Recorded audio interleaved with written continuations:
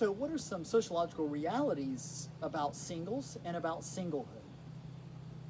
When we think about the reality of anything, oftentimes the reality is very, very different from the constructed understanding of said social occurrence or social activity or social component. And that is certainly true when it comes to singles and to singlehood.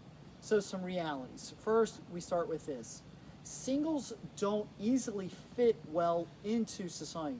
Singles just don't fit into society very well. Meaning, when we think about singles, they are often the odd person out in a paired up culture and society. Meaning that much of adult life is often thought about and has been constructed around marriage, at least historically.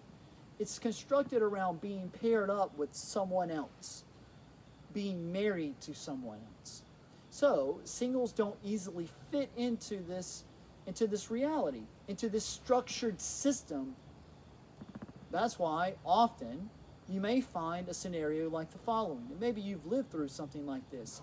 You have a married couple who are friends of yours, and they invite you over to dinner one Saturday evening. You say, okay, yeah, sure, I'll come over for dinner. That sounds like fun. And you get there, and there's another person there. So there are four of you there. You thought there were going to be three. They're now four. And that fourth person is another single friend of your married couple. And they are hoping that the two of you are going to hit it off. And you're just going to get along great. And you're going to pair up. You're going to date, fall in love. KISSING. All of a sudden, you're married and the world is right and balanced. Well, what would propel a married couple to think that? Again, think about the structured components of our culture and society. Number two reality is this: singles have more time. Singles have more time. They just have more time than people in relationships. They just have more time to get out, do things. They go out more often. They're going out more often during the week. So they have more time to be actively engaged and involved in outside of the home activities. And then that leads us to this reality: singles tend to have more fun. They tend to have more fun than marrieds and or people paired up in relationships.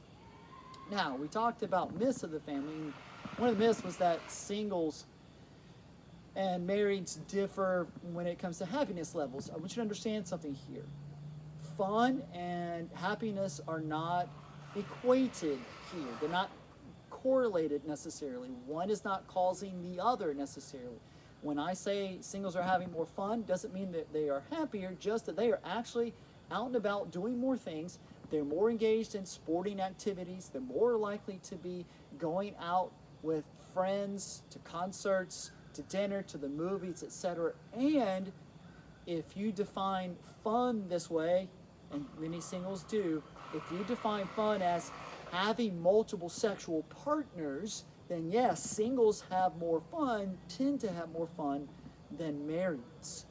And then number four, reality: singles are lonely. Singles are lonely, or at least they tend to be more lonely than people who are paired up. I'm not suggesting to you that people who are paired up in relationships aren't lonely, can't be lonely. We know that they can. We know that in stagnant, horrible, abusive relationships, there's a lot of loneliness. But what I'm suggesting here is not thinking about that kind of relationship. If you're just comparing a single to a paired up couple who are happy, the single is more likely to be lonely.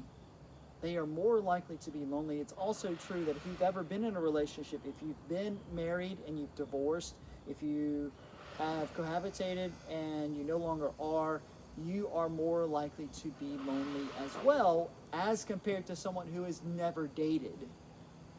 Think young people who have not had those experiences yet, and so they are less likely to feel lonely if they've never been paired up with someone in the first place.